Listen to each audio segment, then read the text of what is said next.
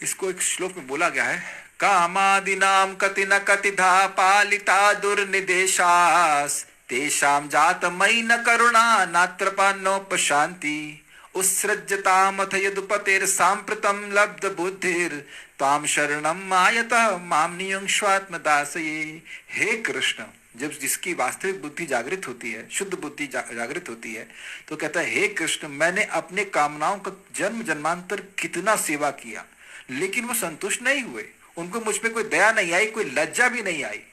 लेकिन हे कृष्ण, आज मुझे बुद्धि जागृत हो गई, मैं आपकी शरण में आया हूं, कृपया मुझे अपनी सेवा में नियोजित कीजिए। एंड दैट इज हरे कृष्णा कृष्णा कृष्णा हरे हरे, हरे राम राम राम हरे हरे। इसीलिए जब व्यक्ति सुबह चैंटिंग बड़ी गंभीरता से करते हैं, then there is no hazy consciousness. अब समझ में आया? वो कुबुद्धि के संस्कार गायब हो जाते हैं, व्यक्ति को क्लियर हो जाता है कि भक्ति भगवान की सेवा करके, वैष्णव की सेवा करके ही मेरा कल्याण होगा। ये जो आत्मसमर्पण है, ये फोर्स नहीं है, आप समझ रहे हैं?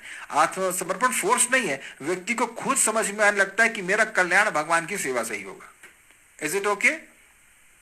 किसी को भी आत्मसमर्पण के लिए फोर्स नहीं किया जा रहा है, व्यक्ति को खुद समझ में आता है कि मुझे समर्पण करने से मेरा लाभ है, कृष्ण को समर्पण करने से मेरा लाभ है।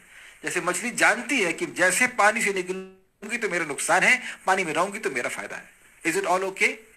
और इस रियलाइजेशन को हर भक्त को स्वयं अर्जित करना है। क्यों?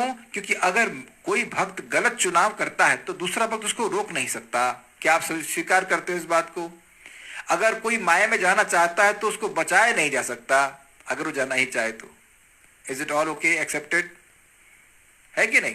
तो इसीलिए तो मैं बार बार भक्तों को बोलता हूं कि आप सुबह चैंटिंग अच्छी से करो। किस लिए? क्योंकि कुबुद्धि हरत्वम, शुद्ध सत्य बुद्धि प्रदायकम, ये भगवान के नाम का गुण है कि कुबुद्धि हरती है, हरते हैं। क्या कुबुद्धि के भोग करके मैं सुखी हो जाऊंगा? नहीं, तुम इसे फंस जाओगे। भोग क्या कहते हैं, भोगे रोग भयम, भोग से रोग का भय ही होता है। Is it okay?